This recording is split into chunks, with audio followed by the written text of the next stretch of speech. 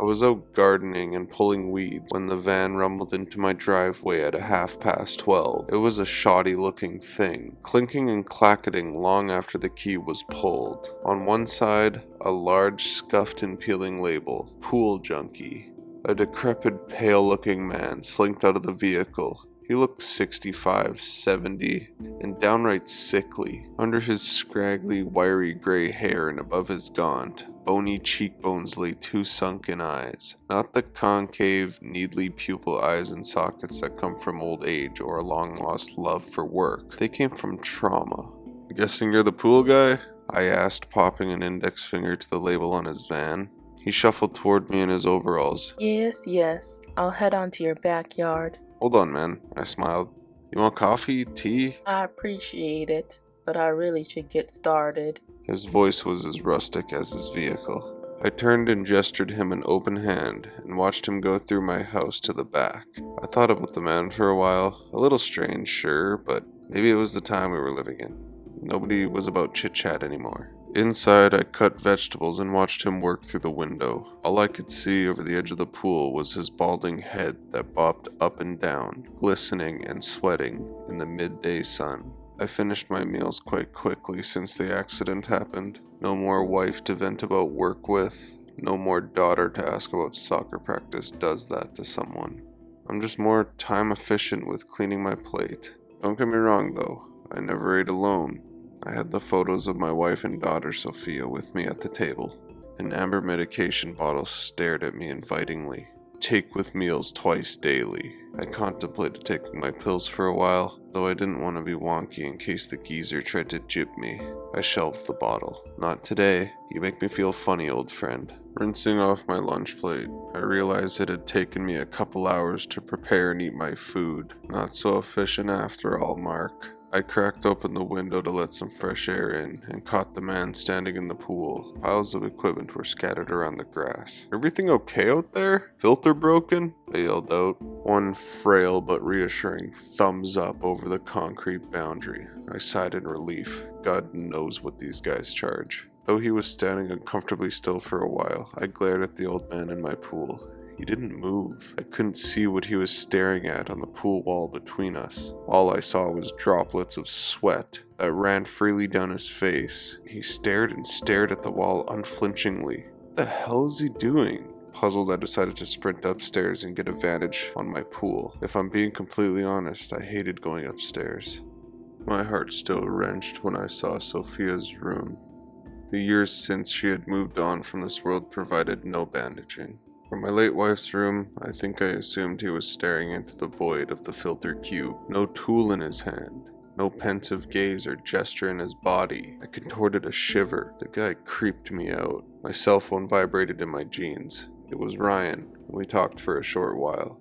"Yeah, right. I vacantly watched the man as I spoke to Ryan on the phone. I know, boring old Mark, won't set foot in the club, la-di-da-di-da. You know how old I am, man? What do you want me to do out there? Bust out the Macarena?" I nodded to myself, paced around my wife's room.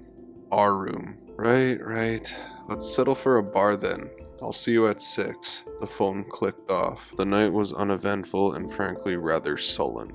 Ryan and Jacob had a great time though. I talked to a few women, but they weren't my wife. Maybe I should stop looking for my late wife in women. That's what she'd tell me anyway. It was 1 o'clock when I crawled my drunk ass back home. Going upstairs earlier today was therapeutic. I wanted to sleep in my old bed again. Up the stairs I went, almost on all fours like a dog. I chuckled at myself. The carpet spun and my stomach swung with it. I managed to hold its contents in though. Too much vodka, man. Through the hall and up into the bed, I declared myself a champion. A momentary victory only drunkards know. Sleep didn't come cheap though. Somebody was whispering outside. Prone, I shuffled towards the windowsill on my queasy stomach. If the puke wasn't going to come up before I heard the whispering, it sure felt like it would after my ears pricked to the open window with my belly squashed against the mattress. In the dead of night, the old maintenance man stood there, unblinkingly speaking into the pool filter. My palm was sweaty and shiny like his pale, sickly head. I felt queasier and queasier. My heart was out of my chest. His dry, pursed lips shut tightly. I ducked. I peeked and saw him, his feet clapping as he sprinted out of view, leaving all his tools behind on the grass and concrete. Slamming the window shut, I buried myself in my sheets. I should have taken my meds. No, he was really standing there. I heard him speak. I saw him stare back at me with his ghastly sunken eyes. For a while, nothing. He was at the front door, turning the creaky door handle to no avail.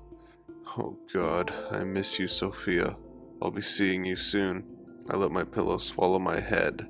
I could not listen to him walking around the house anymore trying to get in. Thankfully, that was the last time I heard of him that night. Sleep didn't come cheap.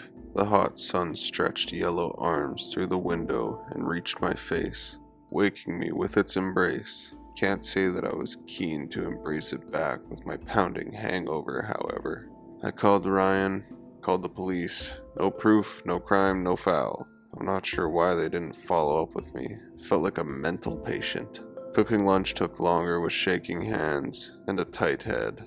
The amber pill bottle stared accusingly at me as usual, but I couldn't be bothered taking my medication hungover. It took me a while to notice what happened, hours even in retrospect. I think it was because my eyes couldn't stand the bright sunlight. Looking outside, I saw it, a long stretch of reflection that wiggled and wavered upon my backyard furniture. The pool had been repaired and filled. That guy is a creep, man.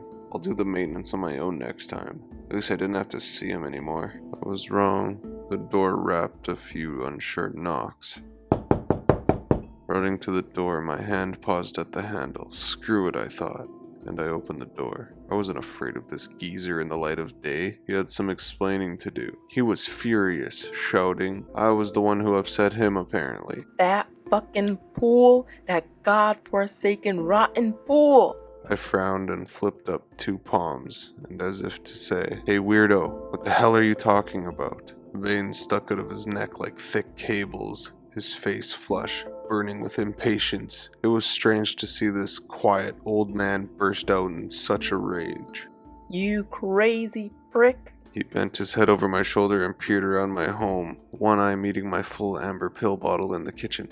Lunatic, He said with vile disdain. Listen, man, I don't know what has gotten into you. The hell were you doing around my place last night? He scrunched up his face and spat at me with short breaths.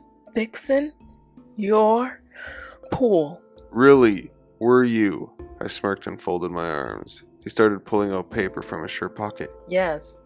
Night shift with overtime. Saw you were home. Tried to ring you up the bill before I left. I see the pool looks like it's running well. But you, He said, tones of disgust. you rotten. He trailed off. You and your rotten pool. No wonder the pipes were blocked up. You and your special pool. Those were the eyes I had seen last morning, not the sunken, frail, and tired eyes of an old blue-collared man who missed early retirement. The eyes of a traumatized soul. What the hell did he see? Special pool? After the clinking van rumbled and huffed its way out of the driveway, I stood and read the bill he had angrily scrunched into my shirt. Days later, I stood in my yard and watched the water in the pool. He was right about one thing. It sure was special.